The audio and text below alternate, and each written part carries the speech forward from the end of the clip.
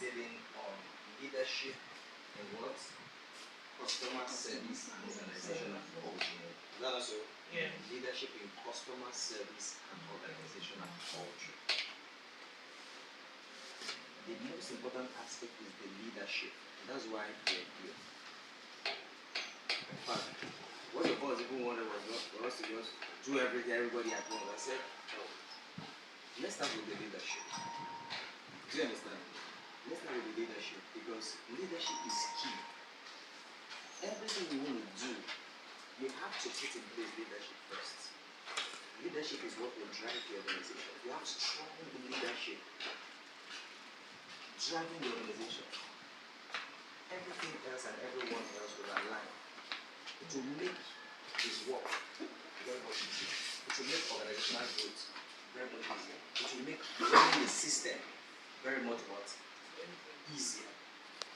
So I said, let's have a session for leaders. And then a different session for everybody else. Right? And that is very important. But now, even trying to get the leaders to align is a challenge. Like I said, if we start on time, if we had come earlier to start on time, we'll come here 7 o'clock, 7:30. For 8:30 we are done. Now see the time we are starting. What's the time now? 8:36. It is 8:36 already. So if we come early, start before customers start coming, before the distractions start coming in. It should have been done. I'll go to attend to the things that we're doing. I'm aware that it will be challenging. Hello? I'm not oblivious of the challenges. I was talking with Melody and the general supervisor. Telling me, yeah, it's been challenging. I'm aware. I told you I've worked in this similar organization like this, right? I was playing multiple roles. In fact, your own, you are in-house. I was both the sales rep and the marketing. I go do delivery. Too, I joined them. And then, when the whole place is less busy, I mean, everything is a little calm, like sometimes, the middle of the week, like Wednesday, I go out for marketing. I go out from organization to organization, marketing. Still trying to bring in customers. So I understand the challenges. I know it will not be easy. Besides, I even said it in the last class, didn't I? I said, it's not going to be easy. It's going to be hard. There is no change that is easy. And I even use the analogy of an airplane trying to lift up from the ground, right? Yeah. It's not easy. Alright? And then I also told you about the resistance. There are things that are going to resist change. Change is not just going to hand you over to your next level.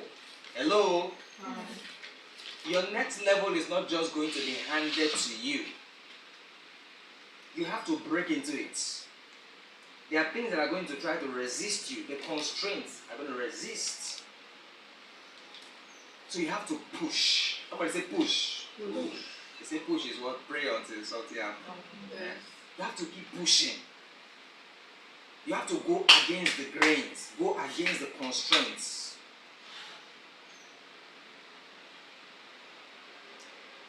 Okay, somebody say, oh, this is that, so I couldn't come early. I slept by 2 a.m. this morning. That's when I slept. And I woke up by 5. I was already up. I set my alarm for 6 a.m. But even before the 6 a.m., I was already up. Because I want to be here before 7:30. This is who I want to be. This is how I want to apply myself. And apply yourself. Irrespective of the challenges, irrespective of the difficulties. Greatness, whether personal or organizational, it's not going to come cheap. It's not going to come easy. Disabuse your minds about that. Hello? It's not going to come easy. I'm talking to you like this because you are leaders. If you can't get it right, the others cannot get it right. Responsibilities rest on your shoulders. And the things you are learning in this training program is not just for the now.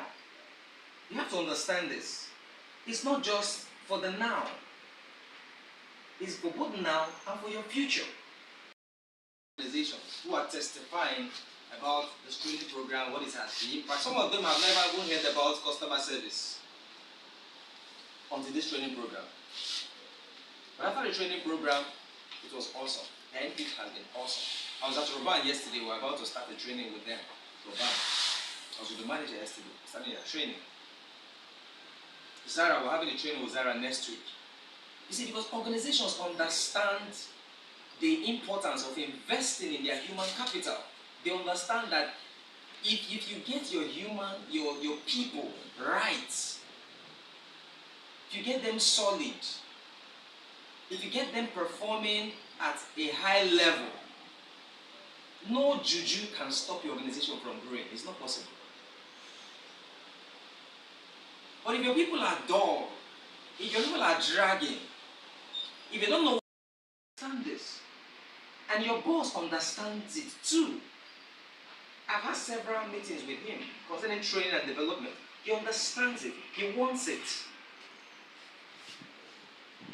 But do you know what? He also wants to see your response, your attitude towards it. And that's why your response and attitude has to be such a way that, you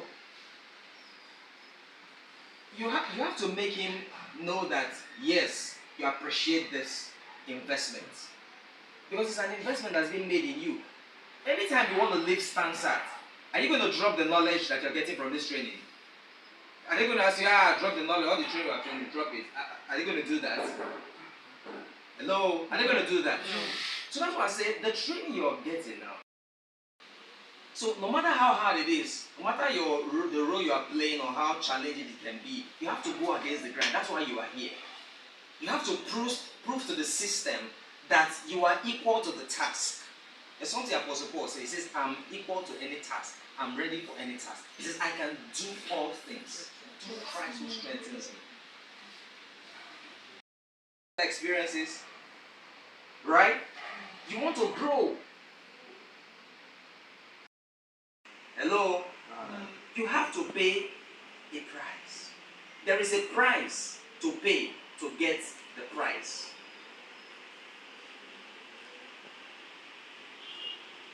Do you understand that? There's a price you must pay. So that price starts with self. You don't allow yourself to make excuse at all. That's the number one thing about discipline. You don't give yourself excuse. You don't allow yourself to make an excuse. You don't. So you're going to make up your mind. You're not going to give an excuse. Whatever is required of you, you're going to be on top of it. Hello? Why? Because you're leaders. You're what? You're leaders. And remember I said last week that leadership starts what? With the leadership of self. If you cannot lead yourself effectively, you cannot lead any other person. It begins with self. So let's take this very seriously. Alright? If you go around, there are not much organizational leaders, MD CEOs, who think that they should be investing in their human capital. Not many of them will. So you have to appreciate your MD. But he's going out of his way to do it. So you are going to have to prove to him that for the organizational growth, hello, it's doable. It is what? It's doable.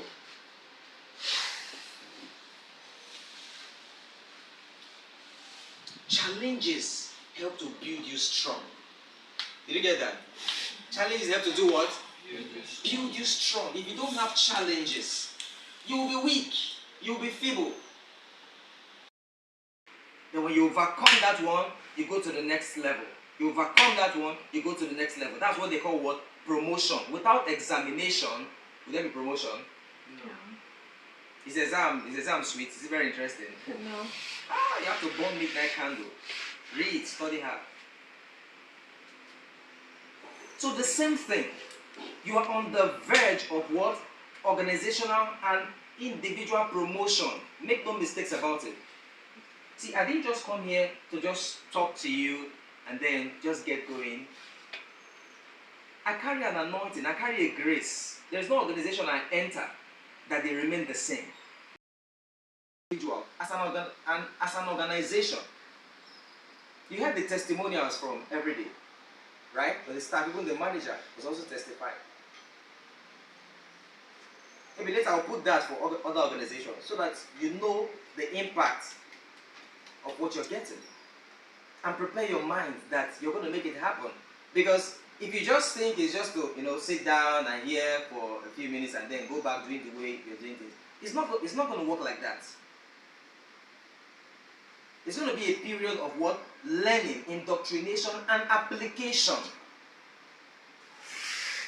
And that's why I give you assignments. So every time we come here, you get an assignment to do. So there's something to do. That's why I asked you in the last class, hey, do this. Drop up this. Develop a mission, vision, and value statement for the organization. There's something I posted yesterday. I don't know, was it yesterday or the day before yesterday? Who remember on the group chat? Okay. About what I reminded you. I even reminded you of the assignment. And I posted something afterwards. Who remember? Go to the group chat. Can you just check on the group chat? I'm not even in the group chat. Manager, why is he not in the group chat now? You don't have his own number too? Why not? Are you in the group chat? This manager. He said he's not in the group chat. This is not. Say this one. This one was the template. There's something I posted before this one. Okay, you don't have an Android phone? Huh? How do you have? Yes. He said he has now. He said he has. Please, let everybody group chats. It's to facilitate what? Communication and information dissemination. Because we may not be able to cover everything or say everything or learn everything that needs to be learned or talked about in these sessions. So the group chat gives us an opportunity to communicate, to share information. I'll be sharing so much valuable information in that group chat. So you want to keep your eyes on the group chat. Please, after now, meet her to add you to the group chat. Ensure that you are added. Every day, I'm dropping something there. I'll be valuable.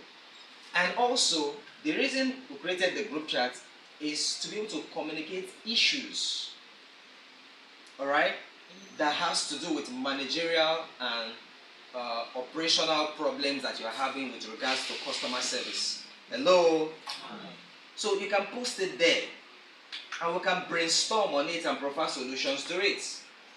Are we together now? That's the essence of the group chat. Is for both communicating information about this training, learning, and also providing solution to critical issues that has to do with customer service. We also have the general one with the general house, but then this one is for the leaders first.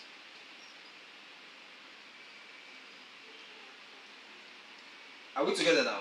Yes. So please, let's work on that, and we have to cooperate with one another. We have to support one another. We have to encourage one another. We have to help one another.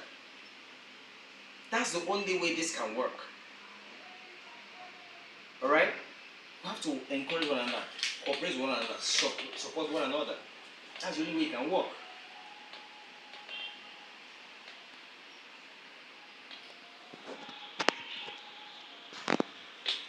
So we want to keep tabs on what is going on the group chat. And the video for the last class, I dropped it there. So after now, I will share there. Watch it.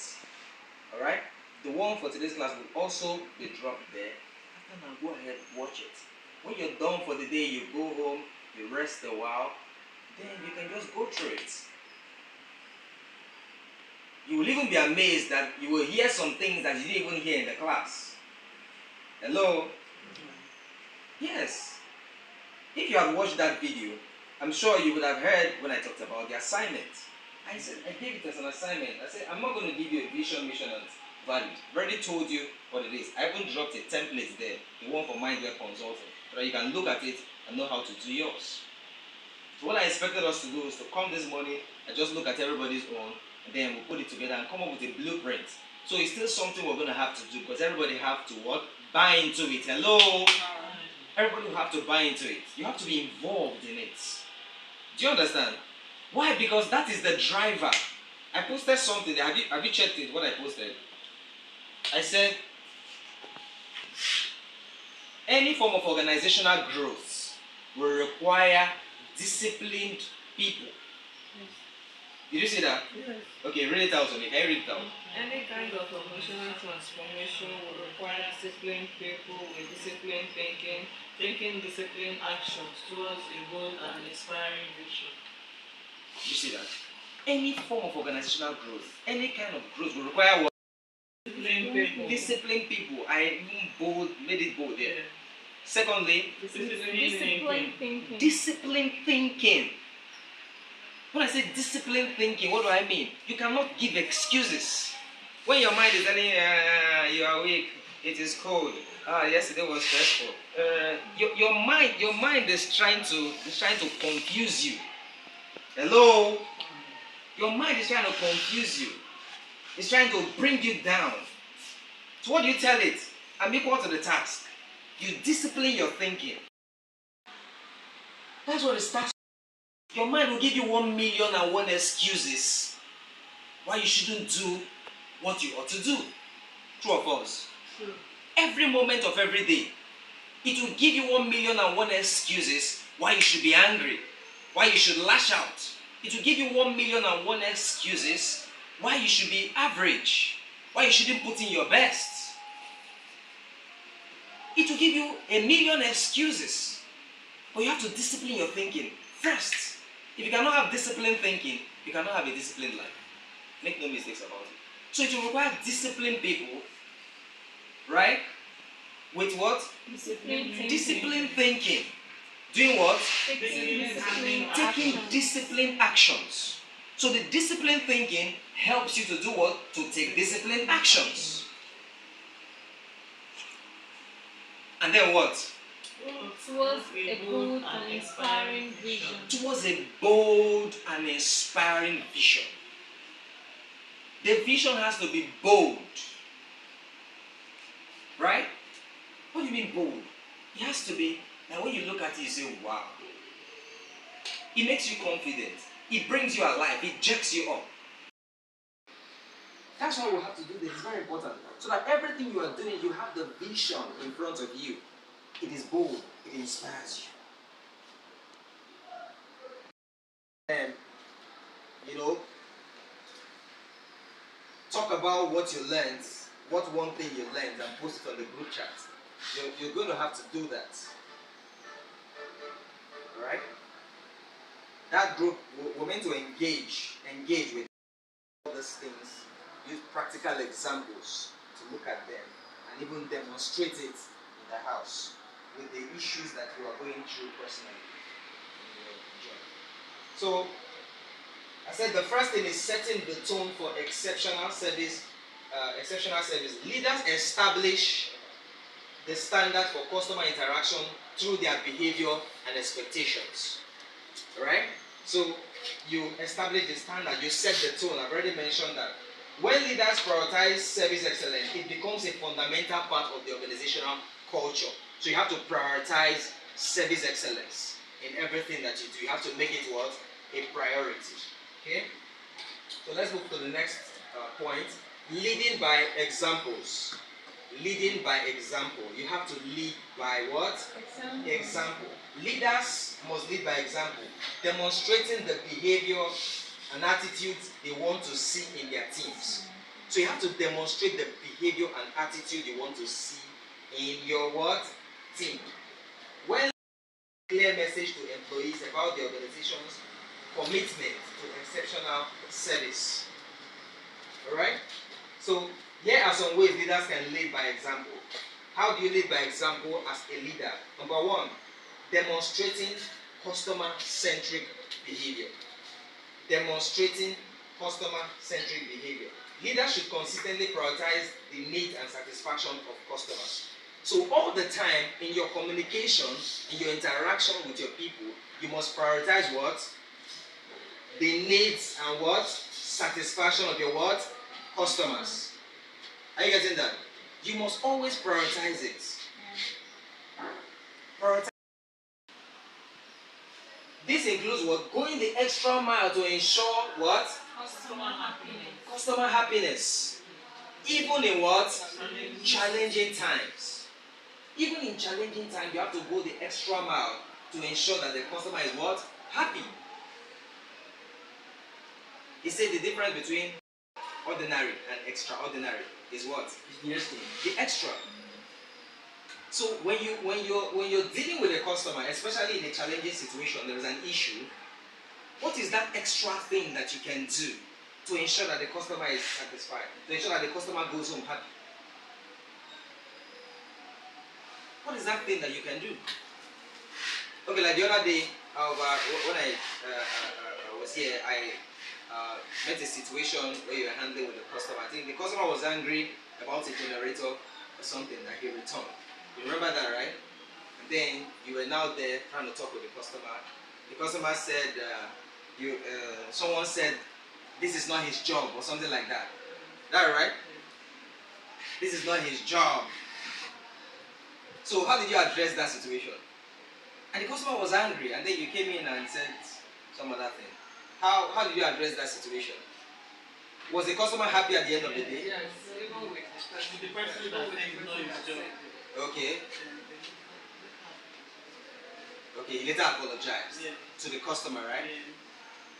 You can't say that to a customer that is not your job.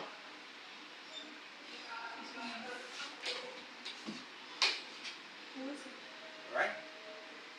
As far as the customer is concerned, everyone who's working here, even the cleaner, it is his job to make him what?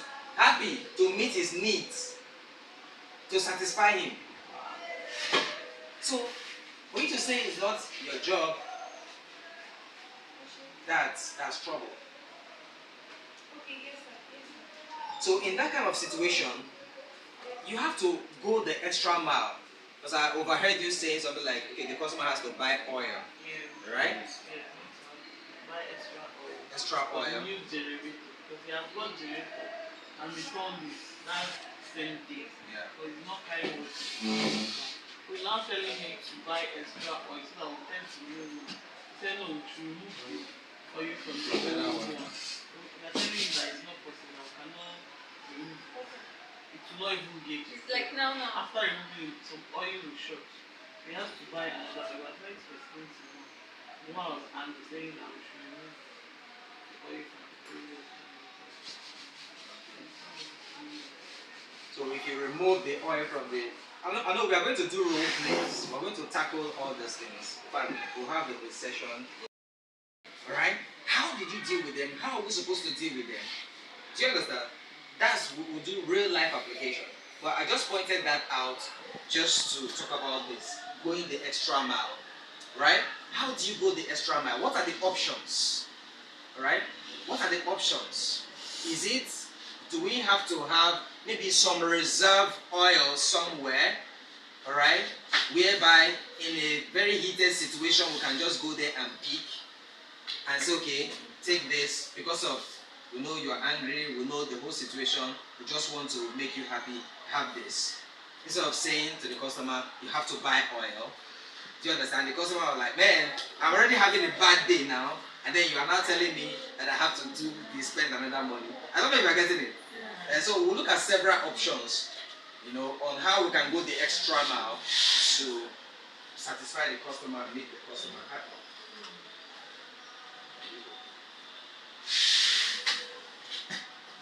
So modeling effective communication, that's the second thing that leaders can do to lead by example. Modeling effective communication. Effective communication is at the heart of excellent customer service. You cannot have excellent customer service without effective communication. You know, communication is a two-way street. Hello? Hello? Are we together? Does not mean you are communicating. Hello? Write this down. Write this down. Write this down by the side. That you are talking in front of someone does not mean that you are communicating with that person. Talking is not communication. Communication is more than just talking. That you are talking in front of someone does not mean you are communicating with that person.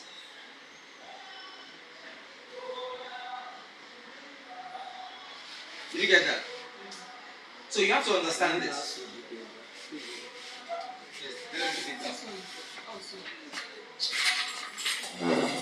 So communication is a two-way street. Is what?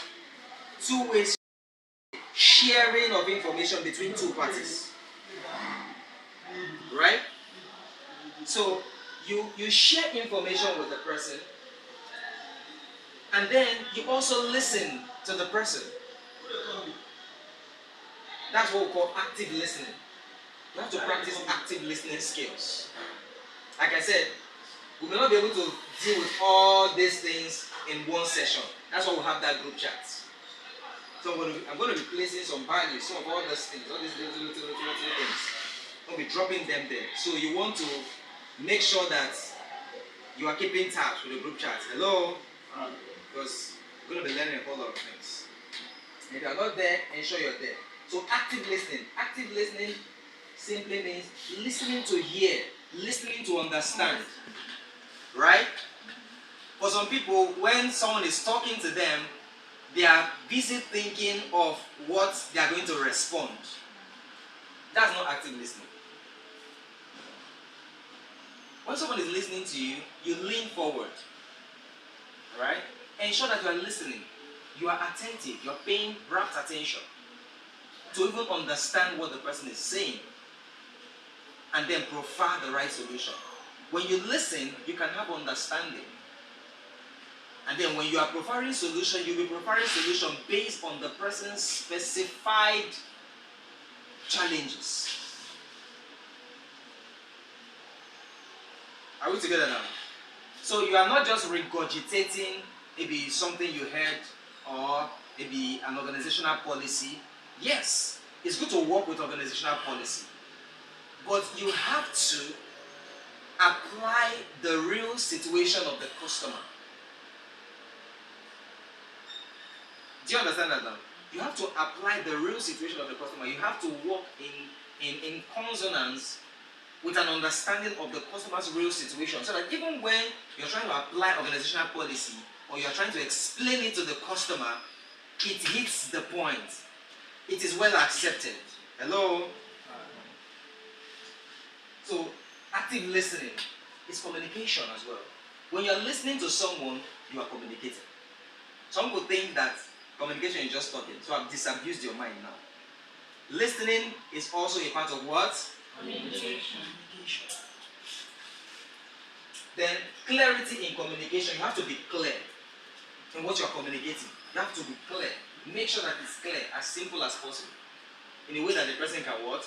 Understand. And the ability to convey empathy. What is empathy? Putting yourself in the person's shoes. Seeing from the person's perspective. That is what empathy is. Right? So all these factors have to be there for effective communication. So you have to model it. Whether you are talking to a customer or you are talking to a member of your team or an employee, right? You have to practice this thing. Active listening, clarity in communication, and the ability to what? Convey empathy. Maybe somebody in your team comes and say, I'm having a headache, or maybe while I was coming, this happened, that happened. So what do you say? You just lash out on the person. Do you show empathy?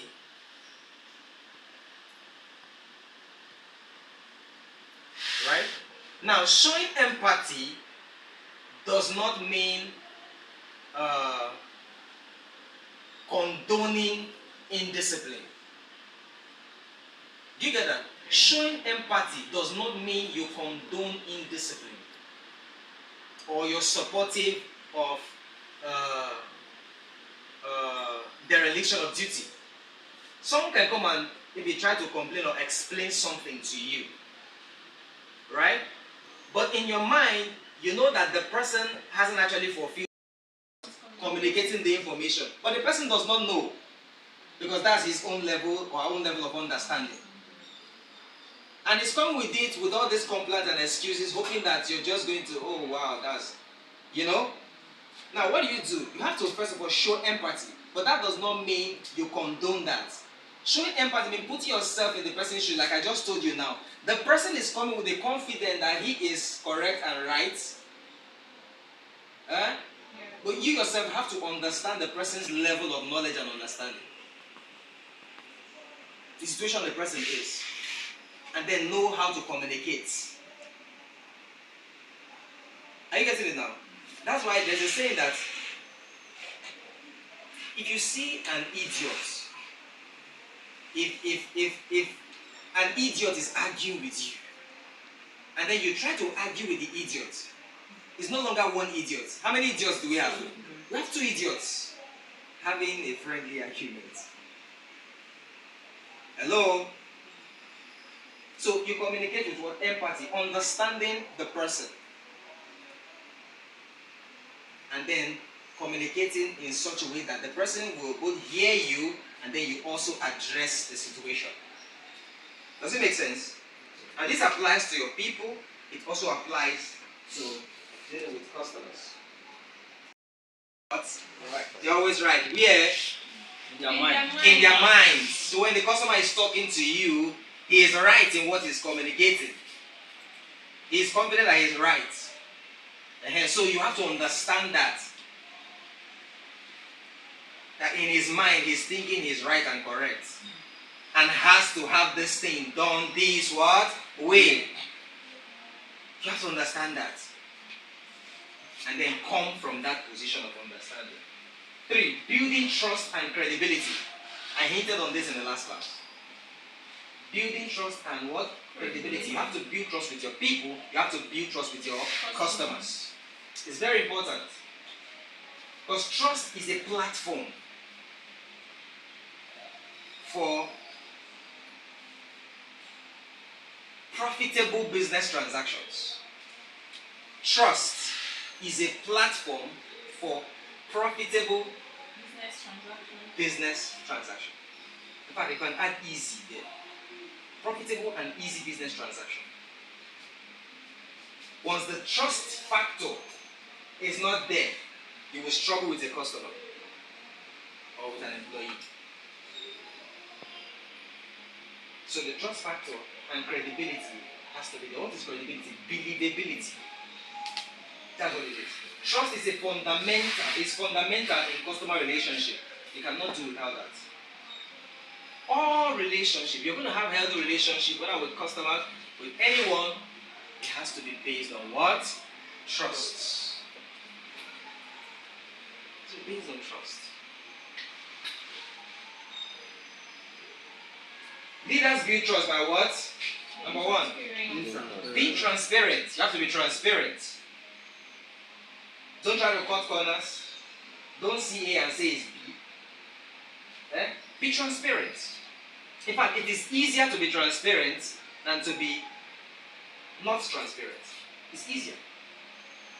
Because then you don't necessarily have to remember what you said or what you did.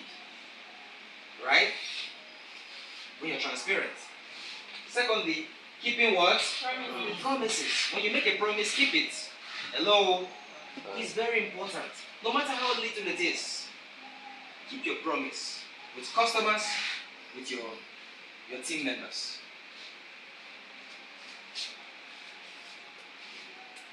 And for this one, I suggest that you under-promise and over-deliver. Hello, do you know what that means? under promise and over deliver. I was talking with her before the class started. She said, oh, it's been hectic these days. She was doing this and doing that, and also delivery. Right? Now, let's take delivery for example. If maybe a customer placed an order and maybe you don't have the goods in your warehouse or in the showroom, but you are confident that the goods is coming, right? Maybe it's going to take like 2 days for it to get here. So what do? Instead of telling the customer 2 days, what do you tell the customer? You can tell the customer it will take 3 days or even 4 days. But even give the customer 5 days. Right? And even give the customer 5 days. So that if at all there is a delay, 3 days, 4 days, is already here and you are delivering to the customer. Right? You are already giving the customer 5 days and you are delivering on the 3rd day or on the 4th day. Won't the customer be happy with you? What does that mean? It means you under promise and over deliver. So that's what it means in keeping promises. Under promise, over deliver. Consistently delivering high quality service. That's another way to build trust and credibility. Now, I trust StanSat. You guys, you are delivering high quality. Give it up for yourselves. Come on. And I could work in my church. When it comes to high quality, I trust StanSat. I know your boss doesn't do anything that is not quality. I trust StanSat for that. Right? So you have to emphasize it to your customers. Hello? That is a way of what? Building trust and what? Credibility. In your customer interaction, you have to emphasize that. You have to. Okay? Good morning. The third point here is what? Motivating teams. Motivating teams. What happened to her? She's smiling. Why? I don't know. She's good at that. That's her handle. That's her handle. She's good at motivating. Yes, sir. Wow. That's awesome. That's awesome. Nkechi, they are tooting home for you now.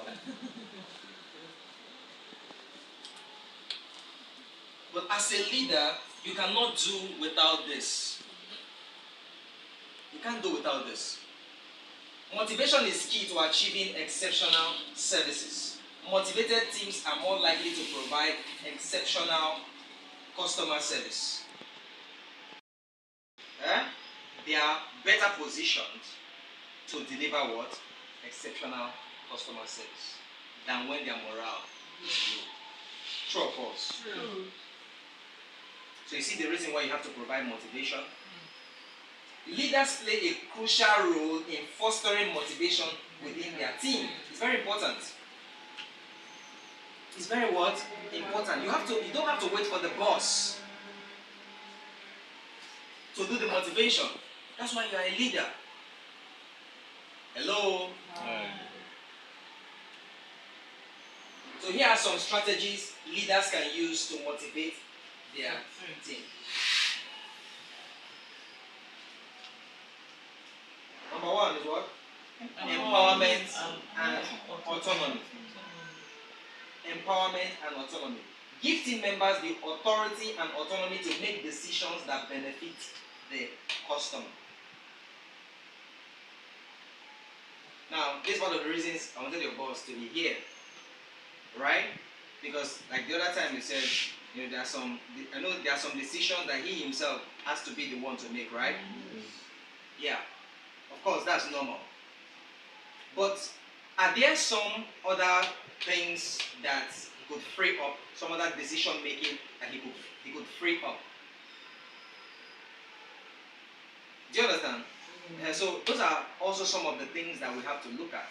There are a whole lot of things we'll look at. in terms of decision making. Authority is also a way of motivating team members when they are empowered to take decisions. There is a company in the United States. In fact, every week the customers are given some form of spending budget. Sorry, I said the customer. The staff, the sales rep especially, they are given some form of budget. All right, to be able to spend on the customer, not on themselves. So not you now go and use to buy shawarma. Eh? That budget is meant for customer satisfaction only. Situations arise whereby you have to maybe give the customer some form of refund, or maybe even buying snack for the customer, all right, or just something that will aid in enhancing the customer satisfaction. Are you seeing that? That's another level, right? I mean, can you imagine that? Every month your boss just comes, okay, this budget, chief accountant, you set out this amount of money.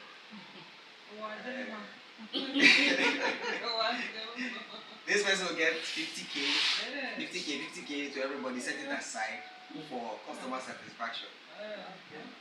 Of course, you won't do that because you probably use it to buy shawarma, use it to recharge your data and be chatting. So of course, like that's why I said that is another what level of customer service. Do you understand? Why would they have? How could they do such a thing? Because of course now the discipline has to be top notch in the organization.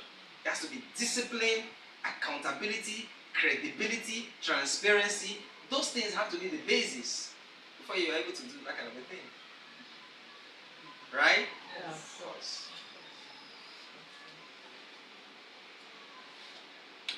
So authority and autonomy in making decisions, very important. This sense of ownership can be highly motivating. Alright? It gives people a sense of belonging, a sense of ownership, a sense of partnership. Yeah, I'm valued, I'm important. Alright? I'm able to make a decision. I'm part of the decision-making system. Recognition and appreciation. That's number 2. Recognition and appreciation. Regularly recognize and appreciate the effort of your team. Very important. Hello? Hi. Yes, sometimes just appreciate them. Even at the close of work. Wow, well done for today. You did well today. Alright? From time to time, chip that in. It's a way to keep people motivated. Sorry? Yes. Even from the boss too. From everyone who is a leader to your people. Even the boss. Alright? It's very important. It's a very important aspect of leadership. Motivating people. Motivating people doesn't always have to do with giving them money. Right? There are several ways that you can motivate people. Recognition and appreciation. When somebody does something well or does it right, acknowledge it. Wow, you did this thing well. That's nice. Give me a high five. Wow. Give me a high five now. That does that very well. Huh? She does it very well. Good. So, and Amanda also. Beautiful. So practice it more with your people. It's important. Okay? Public acknowledgement of a job well done can boost what? Morale and motivation. Public acknowledgement. When you acknowledge something that is done publicly, it boosts morale and motivation. Okay? Aligning team goals with customer service goals.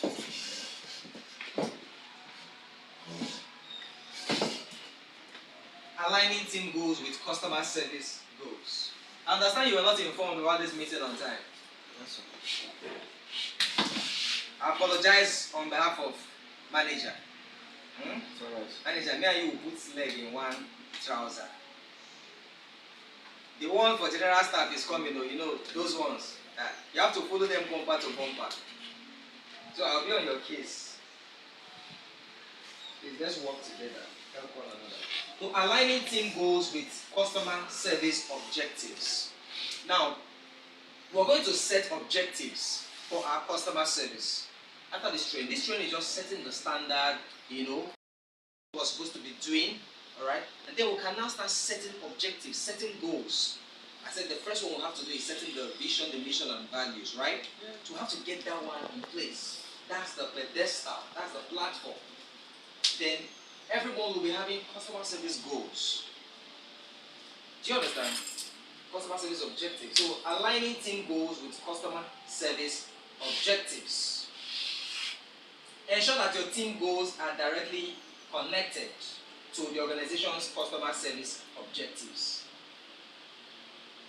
So we'll set customer service objectives, maybe weekly or monthly. Alright? For example, like I said the other time, if a customer has an issue, ensure that it is dealt with very quickly. That's an objective. And how quickly is quickly? You have to set a time to it. Right? You have to do what? Set a time to it. If a customer has a complaint, it should not take more than 24 hours for it to be resolved. It should not take more than 24 hours. That could be I'm just giving that as an example, right? It could be an objective.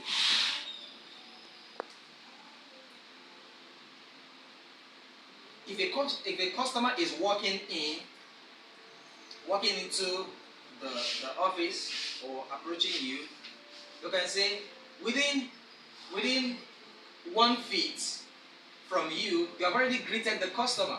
You are smiling and greeting the customer very warmly. Do you understand? That could be what? A customer service objective. So we just set those objectives and then hold ourselves accountable to meeting those what? Objectives. That's why I said we have to set objectives and then hold ourselves accountable to meeting those objectives, right? So we measure what we are doing. Do you understand? We measure what we are doing. When we measure and see how what we are doing is producing results, what do you think it will do? It will fuel our what? Motivation. Hello? If you are seeing results in what you are doing, in the effort you are putting, does it make you more motivated or less motivated? More motivated. So you can see the importance of setting objectives and measuring your accomplishment of those objectives. How many of you set daily goals or weekly goals or monthly goals? You do. At the end of the day, do you measure whether you achieve them or not? You should. Does it make you more motivated the ones you achieved? Yeah. Does it motivate you? Yeah. And the ones you didn't achieve, what do you do about them? You keep working on it, right? But if you don't have any form of measurement, there is no way to know. There is no way for growth. Hello? Let's run now. Now, how do we measure success when it comes to customer service? Now, I'm sharing this here because you are the one who's going to drive this. We're going to create all these metrics. We'll create all these metrics because we're going to be using them. You understand? So you have to know how to use them to measure success. So there are certain metrics we use for measuring success when it comes to customer service. The first one is key performance indicators.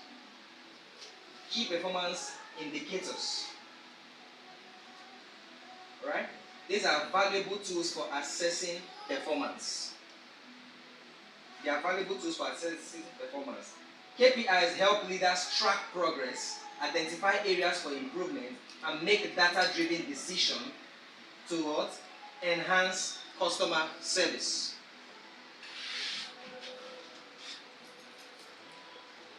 Are you getting it now? It helps you to do what? To track your progress and the progress of your team. And identify areas where you need to improve. And then also do what? Make data-driven decisions. So you can be able to make decisions. You can be able to make decisions. Like I was here the other day and then I was talking to one of the sales reps and I asked her, how long have you been here? She said she just started. I was like, okay, how is it so far?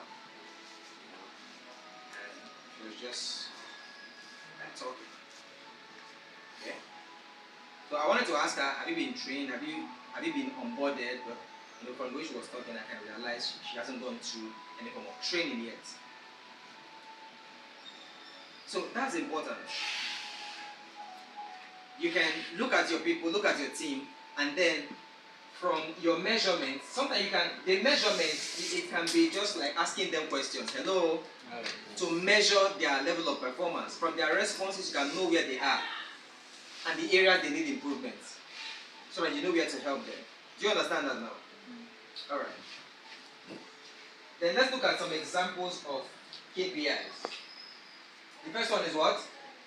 Customer satisfaction scores. Customer satisfaction scores. KSAT. This is a measure of customer contentment with the service received. How contented is the customer with the service he or she received? We call it KSAT. It's a key performance indicator. It's a success measurement measure. Right? Next one. Net promoter score. Net what? Promoter score, NPS. This indicates customer willingness to recommend your company to others. How willing are your customers to recommend your company to others? Do you know? You can measure it. Next. Customer effort. Customer effort score, CES. This measures the ease of customer interaction. How easy it is to interact with the customer. You can measure it.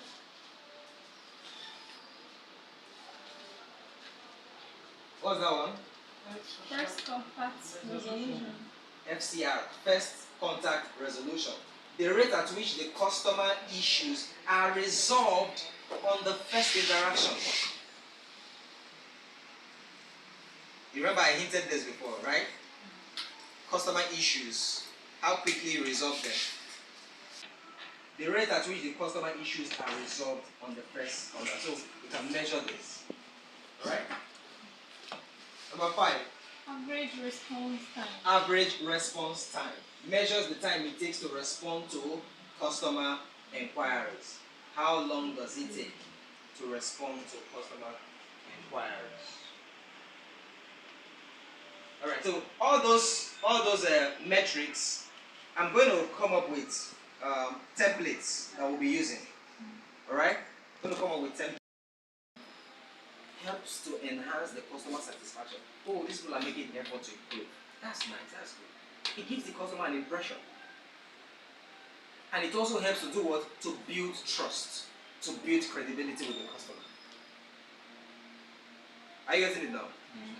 Alright, so we have been able to cover some certain things. In the next module, we'll look at problem solving, effective problem solving. What's the time now? 9:40. Huh? 9:40. 9:40. Okay, let's just quickly run through. This is the last module. Okay, we have one more first. See why we have to start on time. Okay, I'll just rush through it. Now, this problem solving of the model is the crux of this leadership management training. Hello? Problem solving and decision making. This is the cocoa in management training because this is what you do. This is 98% of your job as a manager, as a supervisor, as a unit head, as a leader in any capacity. 98% of your time will be spent on this problem solving and decision making. As I say, this is the cocoa. Because we don't have much time, so we have to just run. So what are you going to learn? What is the objective of this module? Identify common challenges in customer service and operation, applying problem-solving frameworks and techniques, make effective decisions in customer-centric situations. Now what's the first thing? Identifying common challenges. Identifying common challenges. This is key. In the realm of customer service, challenges and issues are bound to arise. True or false? True. You will always have what? Challenges and issues. In fact, expect it. By now, you should be happy when challenges and issues arise. Who gets scared of challenges and issues here? Who does? I mean, is there any day you are coming here and you are praying, oh God, let there be no challenge, let there be no issue? Anyone like that? Did you pray that prayer this morning? So why so? We do pray again. You pray against challenges and issues. I'm telling you. From customers, but definitely they will come, but not that every day. They are bringing back items that are faulty. I don't want issue. So we pray that all our items will serve them for a long time. You know, they will not have issues. They will, but let it serve them. If that's of course you cannot be having 40 things, right? Yeah, so that's a good one. But to pray that you won't have challenges and issues at all. No, that's not a good prayer. In fact, how can you grow? How can you learn when you don't have challenges and issues? Right? So they will come. And in the face of the challenges, that's where you know your level, your capacity to be able to solve what? Problems. You will know, it will be glaring to you. Right? And then it will now tell you the areas you need what? Improvements. Identifying and addressing them promptly is crucial for maintaining excellent service. So let's look at some common challenges in customer service operation. Customer complaints. You have this all the time, right? And this range from what? Product defects to service dissatisfaction. Now, understanding the root cause is what? Essential for resolution. So when it comes to customer complaints, you have to understand the root cause. That's why earlier I talked about what? Active what? Listening. Listening attentively to the customer to understand what the root cause of the problem. That can help you deal with it more effectively. Second common challenge, service delays. Have you had customer complaint based on service delays? Yeah, this thing is taking so much time. Why now? And the customer is angry. About receipt. Right? Is it that the product is coming from somewhere or it's taking time? The product is there. So it's taking time to bring it out, right? Is the So receipt. beginning to the end. Service delay. So that's why we'll have to look at all those operational challenges critically and see where the bottlenecks are. Right? Where the bottlenecks are, how can we free up some of these bottlenecks and enhance, quicker service delivery? So what one reason do you think is the cause of these service delays? What one thing can you look at that is the cause of the service delay? For me, the first thing is processing, because the first thing customer does is identifying what he or she wants. Maybe by that time, your customers have already started counting. He or she has not even made any choice. But once he has said, I want this, that's that, please be fast, be fast. So once he has made the payment, it's now left for us to process the receipt. Now, where the delay comes in now is processing of the receipt. Do you understand? So it might, the invoice personnel or something, it might take her time to process. Then from now going to the warehouse, at times our boys might not be available. Those that are carrying things from the warehouse, we might have few of them. Some might go to warehouse to carry furniture. You understand? So we might have few of them. And another thing, maybe where the item is in the warehouse might be inside. So we need to clear some of the things to bring out that particular item. So all those things. All those things, yeah. Number one, processing of the receipt. Number two, workers availability, right? Yes. Then number 3, unloading, getting to the item where it is, right? And what else? Sometimes the fault might even be from the sales rep.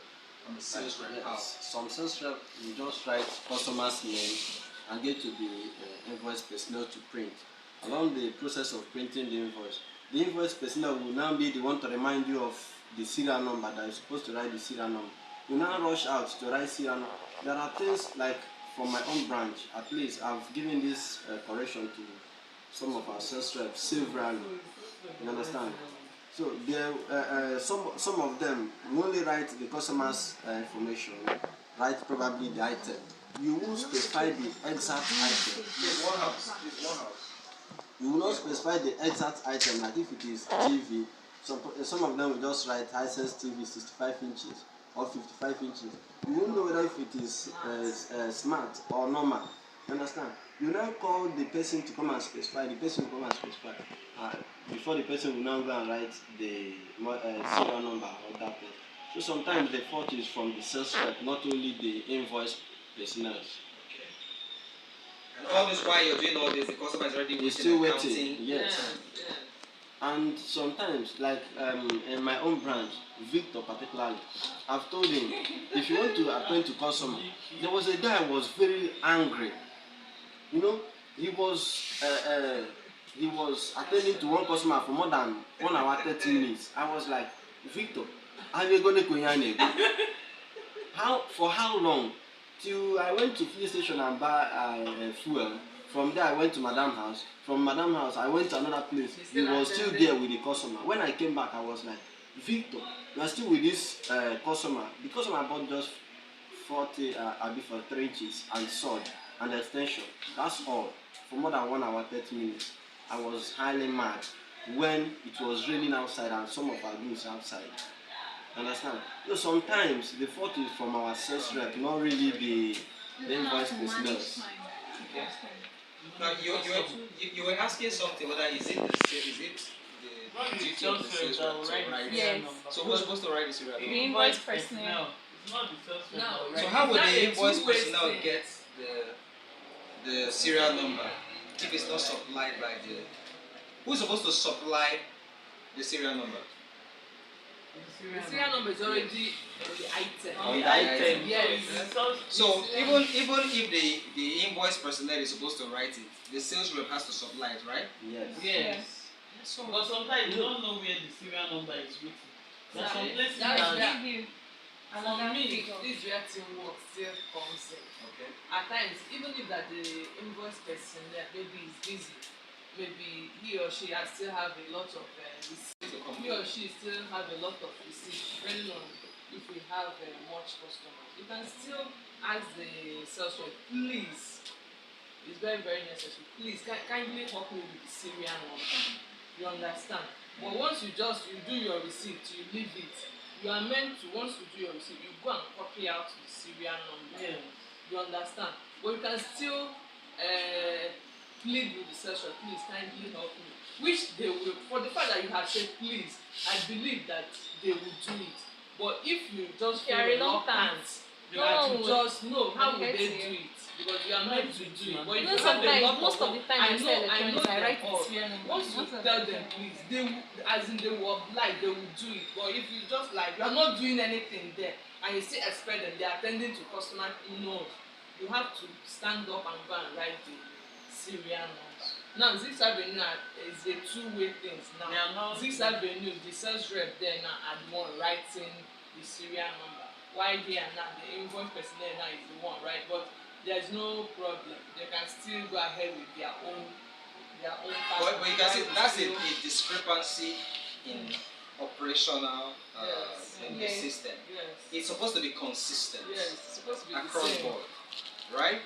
But the question I'm asking is this: since the sales rep puts some information Yeah. on the receipt, Yeah. customer data and all that, why not at the same time put the The serial item serial is number. not ready No, by the that serial time. Okay, number. Some okay, of- they don't know, if but the invoice personnel that is being tutored on where the serial number is written Okay, on hold the on. product, Hold on. Okay. not the source. It's just the fact they don't know, right? They don't know. where it is on the item. Like tobacco products now, there's the right serial number, Okay. but that's not the serial number.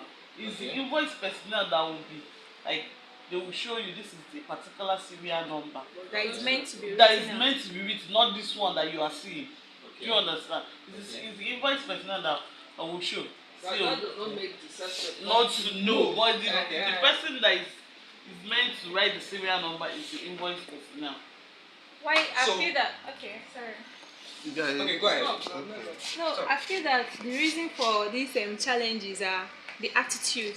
Because me personally, once I sell markets, in order not to delay my customers, I'm always the one writing the serial number because I don't want my customers to be delayed. But sometimes the invoice personnel, especially the person we have here, her attitude is very bad. Do you understand? You might The person here. yes, she might make an invoice, which after she's not doing anything, she'll just leave the invoice there. If it was happening, I never write serial number, this and that. She will reluctantly, the way that she will even be doing it, you might even get upset. Do you understand? She's meant So to sometimes take it's it, the or your attitude. accountant or the manager sign. Fine. The stock keeper, they will sign. Then you now take it to the customer because already the sales rep is at the warehouse bringing out the customer's item. So you being the invoice person now, you now take it or you sign. You now go and meet the customer. Please, sir, kindly sign. The customer will now sign. You will now go to where the item is if there is need for the serial number because it's not every item that has serial number. So if that particular item there is need for serial number, then if that item is outside, you now go and write the serial number. That's where your job stops. It ends. You understand? As the invoice person. Yes. But if you still have a lot of invoices to print, you can have a lot. You can still beg the Tell someone to sales help rep, you or out. please kindly help me. They will do it, but at times you see that she will feel reluctant that she's not doing anything, or you go to meet the storekeeper to sign. Just keep it there. So that's the challenge. Another thing is this, that issue of serial number. You know, not all sales rep, like I said, knows the serial number. Like some products have confusing serial number. Maybe the time I was doing receipts, I was once an invoice personnel here. If you beg a sales rep to help you write a serial number, maybe they will write nonsense. Because of that, I've been here for a long time, so I know when a sales rep makes a mistake in a serial number. If you write the wrong one, I will know. If you write it and call and say this is not the serial number, they'll say how. And I will go outside and write it myself. That's why it's the job of the invoice personnel to write the serial number herself or himself. Because there is need. If there are some issues that might, it's that serial number that will save us, that we use to track. Track the item. Yes, So it's yes, very important. it's very, very, very important. Very, very important. Okay. So does it relate to this? Because I want us to just deal with this quickly. Does it relate to this? Yes, what is important as this. Okay. You know, everybody is saying it because that's how they feel. And Can you project a little bit? I say everybody is saying it because that's how they feel. You get me? But the major thing is that all of us here we have problem. From the top to the bottom. You will see, if you come to model number, you will not write the model number to the end. To help the sales rep negotiate very well and know the particular model they are supplying to the customer. It's a very big thing. Secondly, you want to supply to customer. Customer buys an item. Sorry. Whether it's that first one, you said they don't model number. the model number. Don't give corresponding model number. Just like what this man just said now. That somebody will write 65 pages, you don't know that is normal. It's what you give. So who is meant to give Is the this model number? is the stock the person that is in charge of the showroom. Once you write the model number on that this thing, Purchase order. not purchase order, like this tag, price tag, Okay. they will write it halfway. Most of these people that The are price tag is on the item. Yes. Yeah. Price tag. most of Okay, that's it. yes, most of these Now, people. this is the model number. But it's So not this complete. There's two words. Is this smart or normal? Do you get me? It's not complete. Most Have of you these noted people. this sales rep supervisor? You know, that space is small. It's not all So model you know we number can do it accommodate. that can enter. If you understand. I understand what they're saying. There are some models, like this particular model now, it can enter inside that place. But there are some products that the models cannot enter. You can just abbreviate it there. Can't we have, you know, a wider paper for those ones? Can we? Is it possible? I don't know, it's Well, possible unless It will relate with the ending. yeah. So, you know, the reason we are looking at this because we are trying to profile solutions. That's why we're recording these things, right? Yeah. These are operational issues. Yeah. We are talking about service delays. What are the things that are causing the service delay? So we are discovering some bottlenecks now. And these are things that could be addressed. True or false? I've heard about attitudinal problem. I've heard about lack of knowledge, right, on the part of the sales rep. All right? And now I've heard about this one now. So there are certain things we can pick out to be able to address this issue. Okay, we'll go ahead. Secondly, customer needs an item. The showroom storekeeper doesn't even know whether I have it, but they have it in display. But the customer doesn't want display. Yes, we have system, you can access it. I don't know why some people are finding it difficult. They will just say this person is this. What about yourself? Just check this item to know whether Ben has it in the warehouse. Nobody will want to check. When you are giving the sales rep hard time, you're also suffering the customer. You feel that it's the sales rep, you should go to warehouse and ask him. It's another serious. It's the customer that suffers. The customer suffers it. So they don't think, they just don't take it that way. So they will now leave the sales rep until after selling, sales rep will now come to me and I will check the item is not available. Yeah, zigzag not available. So what I hear there is lack of cooperation. Lack of cooperation. Nobody wants to work together. So it's a very serious problem that they need to address before any other. So we can see the some of the reasons why we're having the service delays, right? And these are things that could be addressed. These are challenges that could be addressed. I feel that since the sales rep is the one who is dealing directly with the customer, all right? Professor, are you hearing me? Yeah. From your submissions, what I'm thinking is, since the sales rep is going to be the one dealing directly with the customer, and when the customer have decided to buy, all right, then the system comes into play, right? So the first thing the sales rep does is to do what? Take the data, right, of the item. I think to lessen the time, or taking the sales rep first of all writes the item name, model number, and then now takes it to the invoice personnel. The invoice personnel will come and do her own, and then now come again to the same item that the sales rep has been on, try to get, what do you call it now? Serial number, all right? And then, don't you think the sales rep doing that will shorten that time for the personnel, the invoice personnel? Don't you think so? It won't. If we address the issue of knowledge, you said the sales rep doesn't know which one is the serial number most of the time. Yeah, sometimes. If they are educated, the sales rep are properly educated on how to read the serial number. They will know. Wouldn't they be able to do that? They will do it. And then fill in all the information about that item and then take it to the invoice personnel. So what the invoice personnel has to do now is what? To print. To print and all that. Is that also? And then send it where? The appropriate charges to sign. Then send it to people who will sign. Don't you think that will reduce the time? Instead of the invoice personnel now having to come back and then taking the serial. I'm just thinking aloud. What do you think? To me, I don't That think. will reduce the Do you time. know why? To me, once they are taking the data from the customers, they are meant to sign from Ben warehouse. That's from the general storekeeper. Then once they are bringing out the item, they are already giving the invoice personnel the purchase order to be processing the person's invoice. Because if they have to wait for the items to be out for the serial numbers to be written, it will delay. It will take a longer time. So I feel that You see that? At times, You I can use know it the from time my if warehouse. You can write the serial At number. times, if Mama might If even that- if use that's the her issue. phone to snap the serial number. As the at times, if most of the times, if Mama use her phone, it's just like I say teamwork. She will use her phone to snap the serial number. Already the invoice person is already typing. She will not bring it. I see the serial number. Okay. She will not input it directly in the system, which still makes it easy faster. You know, so They just don't want to all do these it things because they feel it's not their work. all That's these the basic things truth. that's that. What I say teamwork. They can do it right from my warehouse. Teamwork. Copy Even the serial number. It's teamwork. And the reason why I don't want to is do it the because they attitude. feel that One, the it's attitude. the The first one. attitude. Same must That's be. just the She anger must of stand most up of them.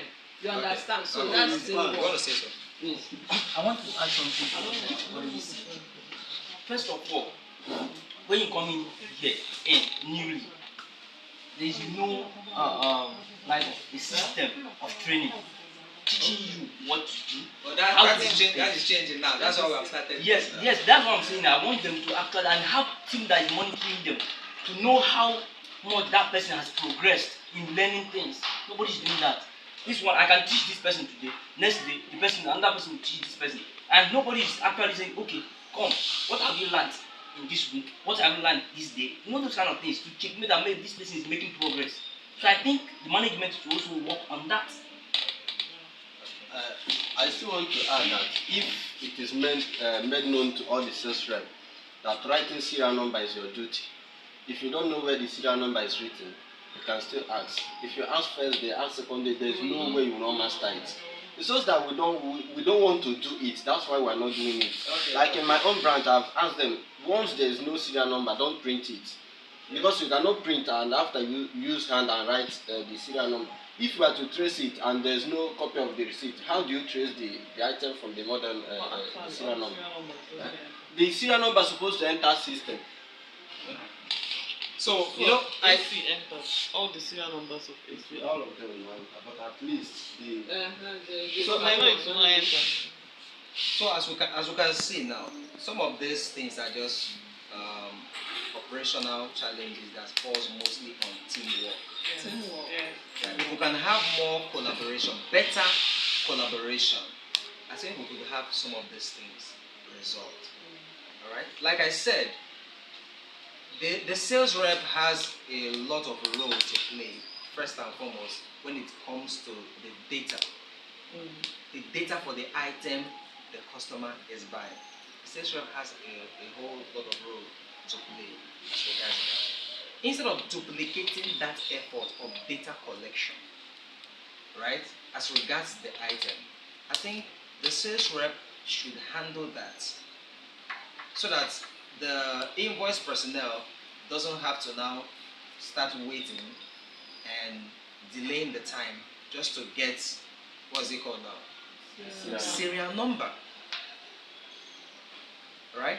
It takes the customer details and then also get the serial number so that by the time he is getting to the invoice personnel already has all the data that he or she needs to be able to prepare the invoice. Then she sends it to who? To manager. Manager, are you meditating? You have to be wide awake, but most of these things are operational issues. Eh? So we send it to the manager to sign, alright? And then to the store. The store person signs as well, right?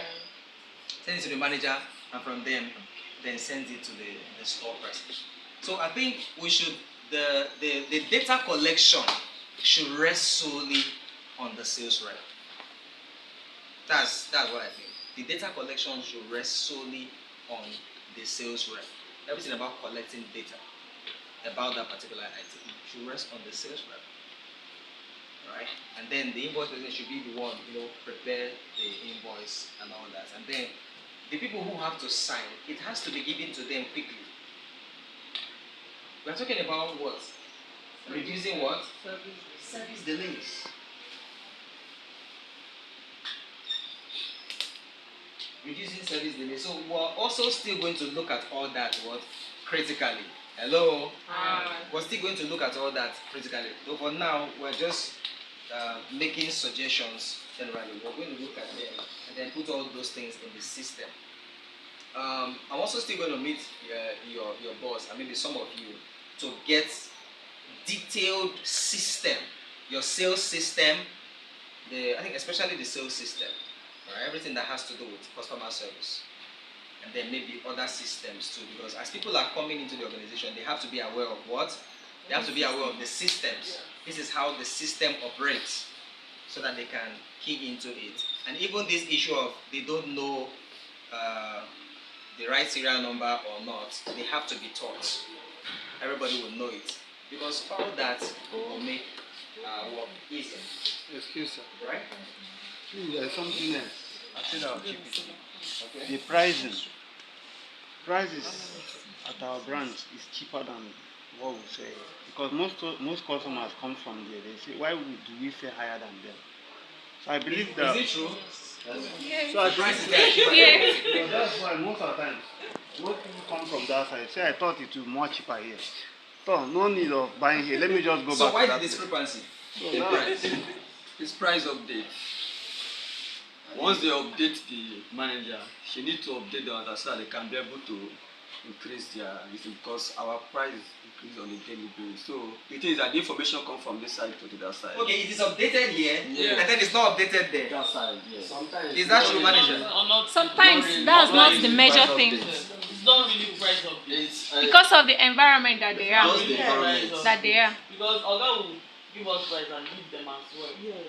Different price. No, It is same same price. He will give us and give them at the same time. Even if he did not give them the price, he will tell them, call express, so there is price increase. Have you? Yeah. Sometimes some people don't merit. So it's not really. So what I'm saying, why the price discrepancy? Is it that The it area. gives them different prices, or Because of the area. Because of the area, the environment. that they are. Environment. there we have so many competitors. so that's what I'm saying. So they have different. You guys have different prices for some items. Yes, like some items now we can sell. We can use like 10,000 naira, like as in 10,000 naira, reducing it from the price that express people. It's selling. So yes. Okay, so you have a different item there, like different price there Yes. than here, right? Based on the environment, like you said. Yeah. Okay. Like some TV You we can can still come use down. But we can still 5,000. come down. Still People come that down will to not sell at that. one We can come still to come one. down. Unless the everywhere is tight, you can still come down to that Come price. down to that price. But it's not that I can just sell because You know, since customers are, what it means that when customers have that impression, don't you think they All want to of be most going of to- them just go there. Eh? Sometimes even what some customers are better because of furniture. You don't have Yes. furniture there. So They when said they that they have already cheaper bought. price, they will be going there to buy. the first time I'm hearing this. So the price should be consistent. Manager, You have to eh? I know what those things. Don't you think it should be consistent? It's what Should be it's parallel. supposed to be. It should be parallel. It should be parallel. The pricing, yeah, there should be. It's part of the structures we're going to have to look at too. The pricing should be parallel. All right. Everything should be consistent. You remember we talked about credibility, right? We talked about building trust and credibility. If you have inconsistency in your operations, it affects your credibility. Hello? Yeah, it does. Imagine if the customer is saying, why do they sell cheaper there than here? It means that the impression you're giving to the customer is that you just deliberately hike your price here. That's the impression you're giving to the customer. If you look at some of these fast food brands, for example, Kentucky Fried Chicken. How many of us know Kentucky Fried Chicken? You do go there to chop chicken. There is this fanatical consistency in all their branches everywhere, all around the world. In their customer service, in their delivery, in their everything, consistency. Even in the layout, their branding is consistent. So consistency is key. We have to make the price parallel. What you get here is what you get at inside. Say that it's affecting. It is already affecting the business. Yes. It's affecting Yeah. the The business. inconsistency is affecting the Yeah. The business. problem is lack of communication. It's not It's not lack of It's communication. not communication. No. Because once here, if you can be able to address this here, can address this here to that side. It's One not lack of us of from one. communication. Then anything, any price that you want to give, you want to give any price, slash price because of the environment. You call Don't Oga, you have he will you give have- improvement. You have one He at give, your next door he here. will approve it for You you. have a competitor here, don't you? We have many of them. Sharing Yeah, the same competition. wall with you, sir. You are not even. You don't even need to go far. So it's. I don't think that's a good enough reason to have inconsistency in price because of competitors. Okay, so that's another thing we have to look into. Communication breakdown. This is it now. Common challenges. Common customer service challenge. Communication breakdown. That's why I talked about effective communication. Miscommunication or lack of communication can lead to misunderstandings and customer dissatisfaction. So if customer asks you now, why do you have different prices? What do you tell the customer? Has any customer asked you that? Yeah. Sure they have. So what did you tell the customer? Kind of Price just No, you increase. say Maybe price. price just increase. You not even inform them. You've not communicated. But is that true? But that's That's not. not But that's not true. And we're talking about transparency and honesty. That's not true. I'm talking about trust. There's a trust factor there. Yeah? What if another person, another sales rep who doesn't know that, how to communicate like that, he will give the customer a different reason. Is that also? I If I say I don't don't know. You say I I don't don't We know. know. have Yes. issues like that. Eh? Yeah. You say I don't know. That's what we even tell the customer. So it's a serious challenge. So we have what? Communication breakdown issues. It's part of the issues, common challenges. Resource constraints. Limited resources such as time or staff can impact service quality. Effective allocation is vital. Are you saying it? Just like she said, sometimes the guys carrying items from the warehouse are not available. Yeah. So that means we need more, right? Yeah. All of them. We need more hands in that area, especially in peak periods, like we're going into season like this. So we need more hands in that area. So those are the things that cause what? Service delays. Okay. Now, how do we solve problems? Let's look at problem-solving frameworks and techniques. Effective problem solving is valuable skill for leaders in customer service. Effective problem solving is a valuable skill for leaders in customer service. So let's look at some problem solving techniques. Root cause analysis. Number one is what? Root cause analysis. We're talking of problem solving techniques now. Alright? Yeah. Problem solving techniques. Root cause analysis. How do you identify underlying causes of issues? Okay. How do you identify underlying causes of issues rather than just addressing the symptoms? Instead of just addressing the symptoms, most of the time what we do is to address what? The symptoms. Address the effects instead of understanding the cause and addressing the cause. It's just like somebody who is having lack of appetite and the person is going to buy, what do you call it, a super appetite, right? Or is it multivitamin? Lack of appetite is an effect of something. True of us. True. It's an effect. Like the other day, my son was not eating very well. I think that was last week or so. My son likes eating, yeah. Whoa! But at some point, for about 2 days, he was not really like eating very well. My wife was like, yeah, let's give him, let's deworm him or get a multivitamin. I said, no. We are dealing with the effect. What's the cause? Why is he not eating very well? So when was the last time we treated him with malaria? I said, it's been a while. So that means we need to what? Treat him malaria. Because part of the symptoms of malaria is what? Lack of appetite.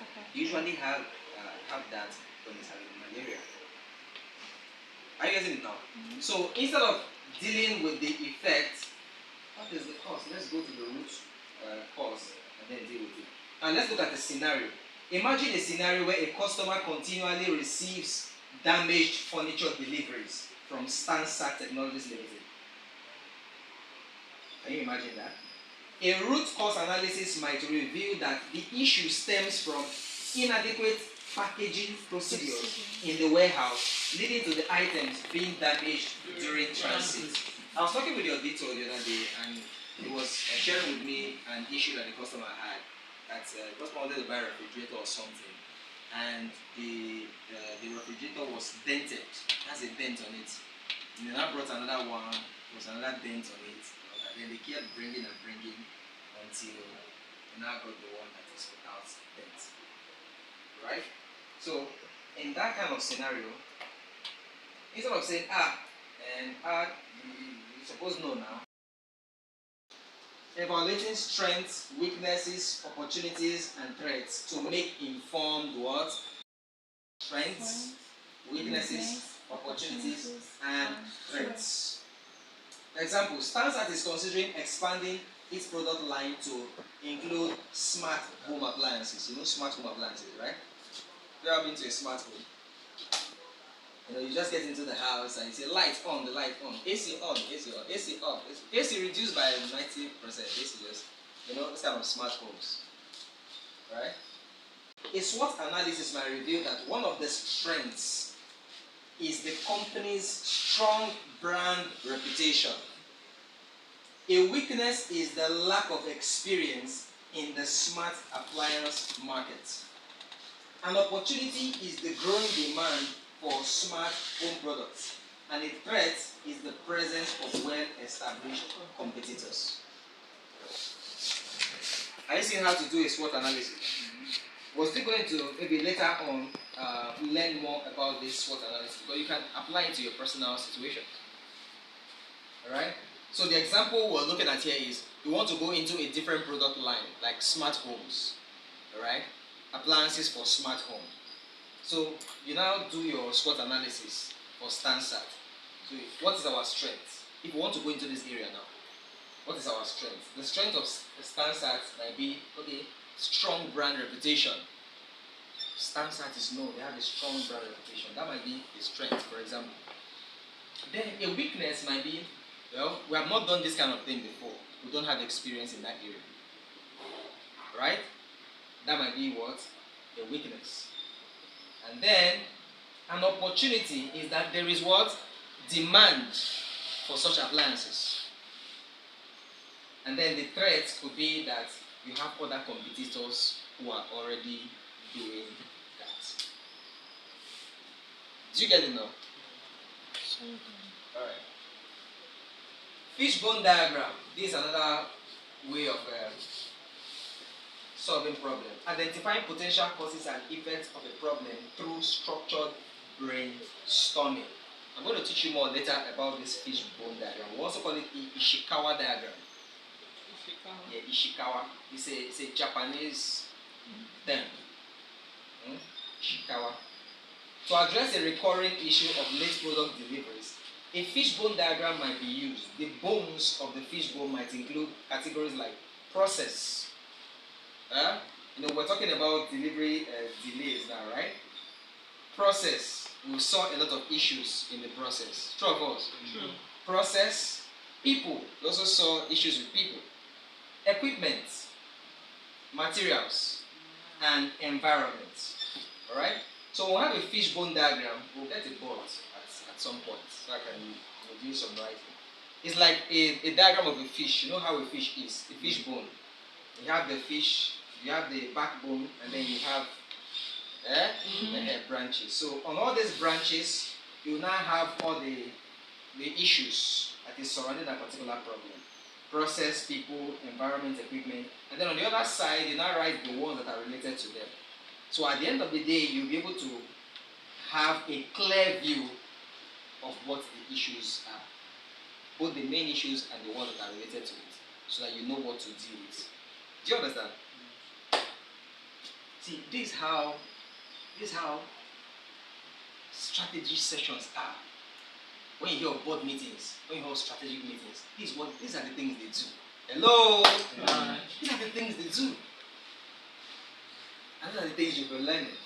Alright, they just come, okay, we're having these operational issues here, we're having this issue here, so what is the cost? They do all their diagrams and then they pinpoint the causes. Okay, this and this and this and this are the things we need to deal with. Who's in charge of this? Who's in charge of it? Okay, get this rolling. And then they implement. Are you getting it now? So that's how you see improvement and growth.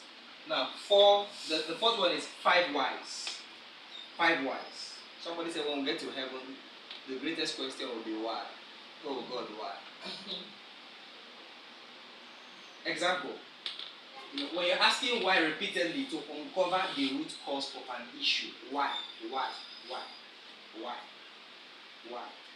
StanSat has seen a decline in customer satisfaction. Customer satisfaction score. Do you remember this? Part of the measurement metrics we talked about earlier. StanSat has seen a decline in customer satisfaction scores. Example though. By asking why repeatedly, you might find that customer satisfaction has been decreased because response time to customer inquiries has what? Increased. So that has what? Reduced customer satisfaction. It takes more time to respond to customers. So the customer is less satisfied.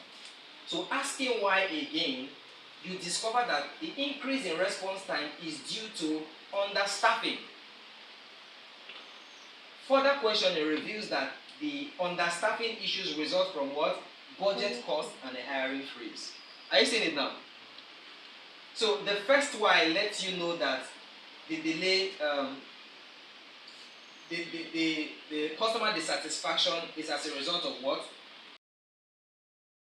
Solution. Brainstorming is simply talking together, discussing.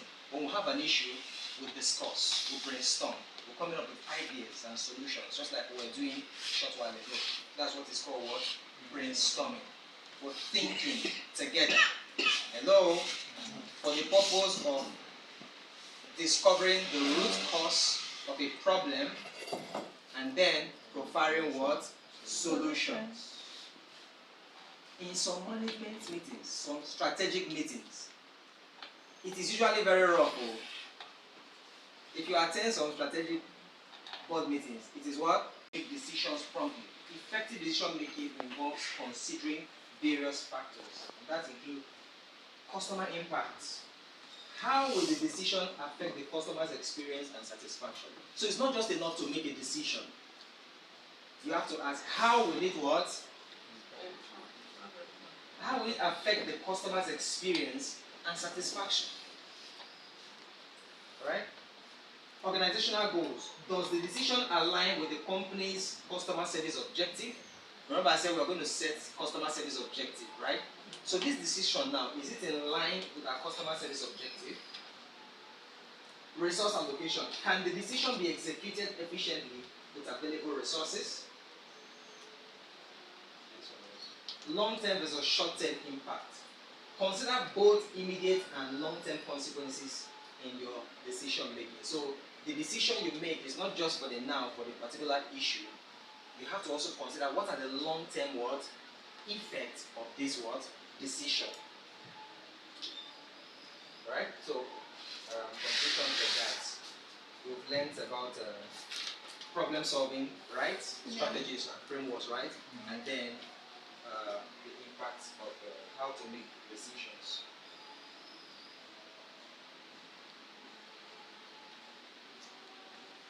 So let's just rush through organizational culture and leadership. This one is very short. Understanding organizational culture. Organizational culture is simply how we behave, right? How we behave, and it defines the character and identity of an organization. Organizational culture refers to shared values, beliefs, norms, and behaviors that define the character and identity of what? An organization. So the culture defines your what? Your character and identity. And everybody embodies that culture. Everybody embodies that character. It is the way things are done within the company. Okay? So what are the elements of culture? Values. Are you seeing that now? So that's why we should have our values in what? Black and white. Very important. So we still have to what? Do that. What are your values? For example, Google. We all know Google now. Mm-hmm. Their corporate culture places a strong emphasis on what? Innovation and employee what? Empowerment. For example, what we are doing here is what? Employee empowerment. So it's part of their corporate culture. They don't joke with it. They're always having training programs, retreats and all that. Employee empowerment is part of their what? Corporate culture. And then innovation. So when you have this as your value, it guides the way you do things. You look at it now. It said this is reflected in their well-known value of innovation and their motto, don't be evil. These values guide their product development and decision-making processes. Talking about innovation, Google are very, very particular about the products they bring out. Innovation, doing things more excellently, more efficiently, coming up with new ways of doing things is part of their values. So every product they are bringing out, in everything they do, they always want to what? Innovate. They're always asking, how can we make this better? How can we do things better? Are you getting it now? So if that is your value as an organization, you should be asking that question every what? Every day. How do we make this better? How do we serve our customers better? Whatever it is that are your values, alright? As we are going to, come up with a blueprint later, whatever we come up with, you are going to have to what? Model it. Hello? You are going to have to what? Model it. You have to model it. You are going to exemplify it. You have to live it. You have to talk it and live it. That's how to model your values. Next is communication. Leaders use communication to reinforce cultural norms. So you have to communicate these things. Alright? When we come up with that mission and values, you have to be communicating them all the time to your people, among yourself. It has to be among your lingua franca within the organization. This is who we are. This is what we believe. When things arise, it has to be part of what drives what you do. Recognition and rewards. Leaders recognize and reward behaviors that align with the desired culture, reinforcing the importance of these behaviors. So that's part of the way you influence the organizational culture. So strategies for fostering a positive culture. Leadership alignment. So you have to align it first. You have to model it first. Okay? Clear communication. You have to communicate it, like I've already said. Employee involvement. Everyone has to be what? Involved. Alright? In the corporate culture. Training and development, like we're having now. Alright?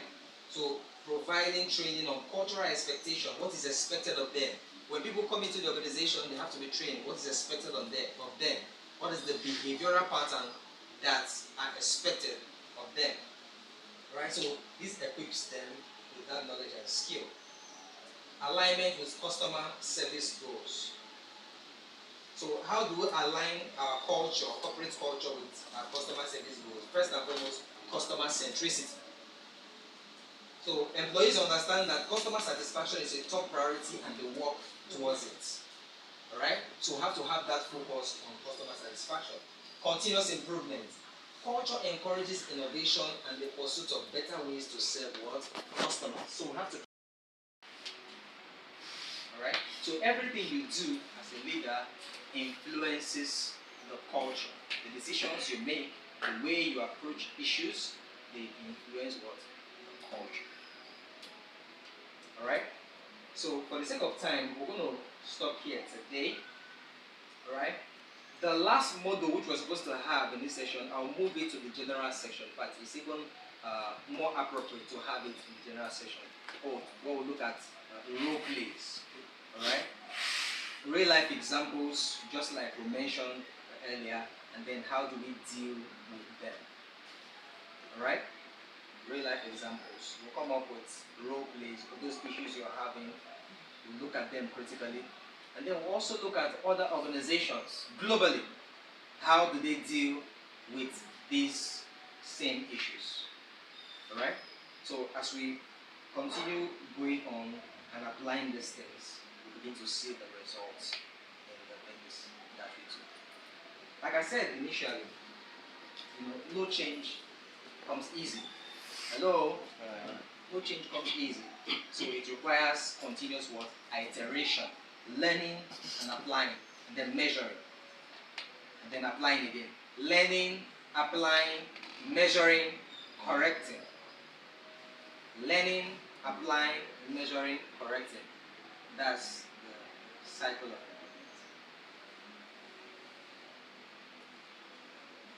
Have you learned something today? Huh? What's the time now? Huh? 10:38. Huh? Almost just a little bit over time. Just a bit from 7:30 to 9:30.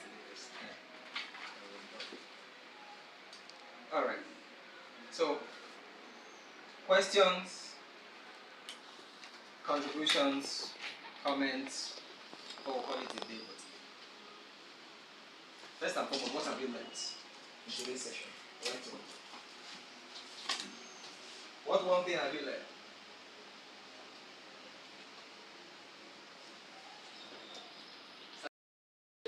Okay, I learned that before you can be able to offer solution or solve a problem of a customer or an individual, you have to first of all get to know the roots.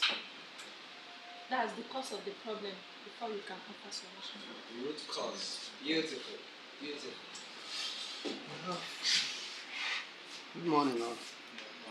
What I learned today is whatever you want to impact on people, you have to see it in you first.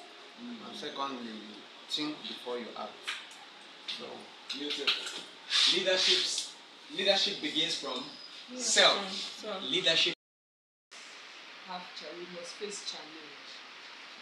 So that challenge helps us to build us strong. Okay. Challenges will come on a daily basis. Alright? The essence of those challenges is to. That's why it's called a challenge. Huh? It's called a challenge. It's asking you a question. Who are you? What do you have? What can you do? Hello? That's what challenge means. It's asking you what? A question. Is placing a demand on you.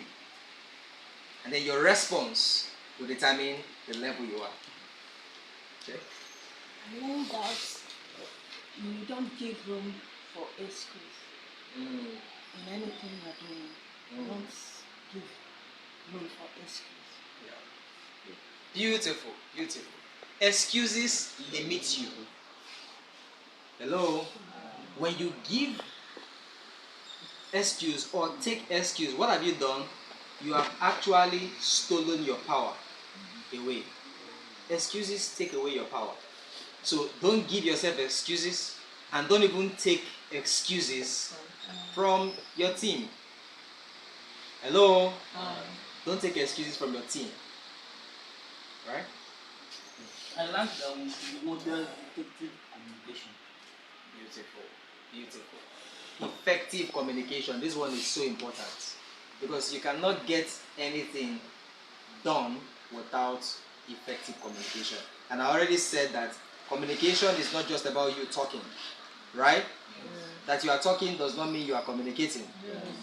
True or false? True. You can be talking, your mouth can be wagging, your tongue can be wagging all you like, but you are not communicating.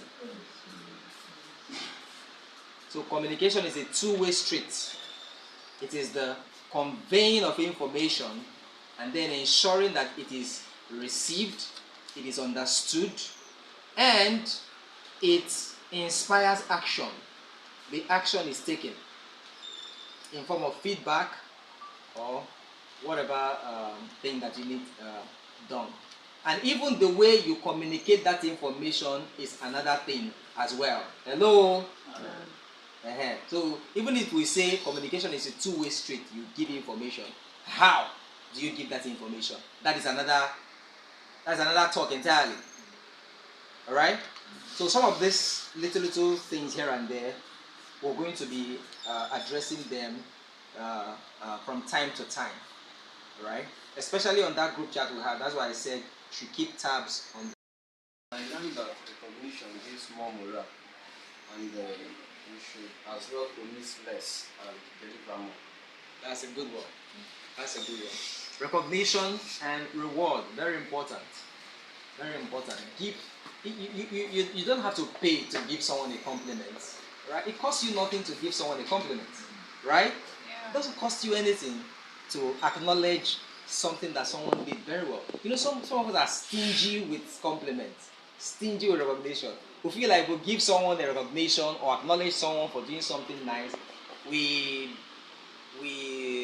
the person will not grow a big head or not start feeling too important. Yes, the person should feel important. Hello? The person should feel important. As leaders, we should ensure to make people feel important. That's one of the ways to do what? To motivate them. Alright, so who else? Everybody has spoken. You. Supervisor. Remaining you. Who asked you to come here? The boss asked you to come here.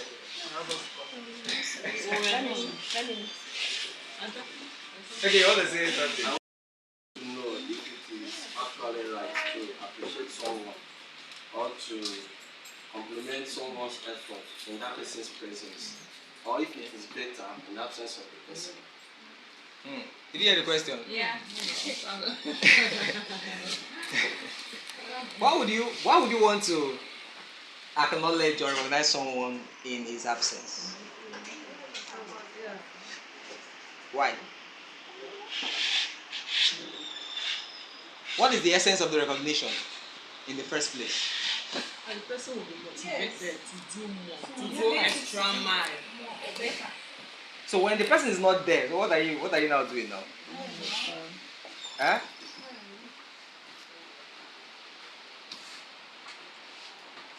So you do it to the person, with the person. Do you understand?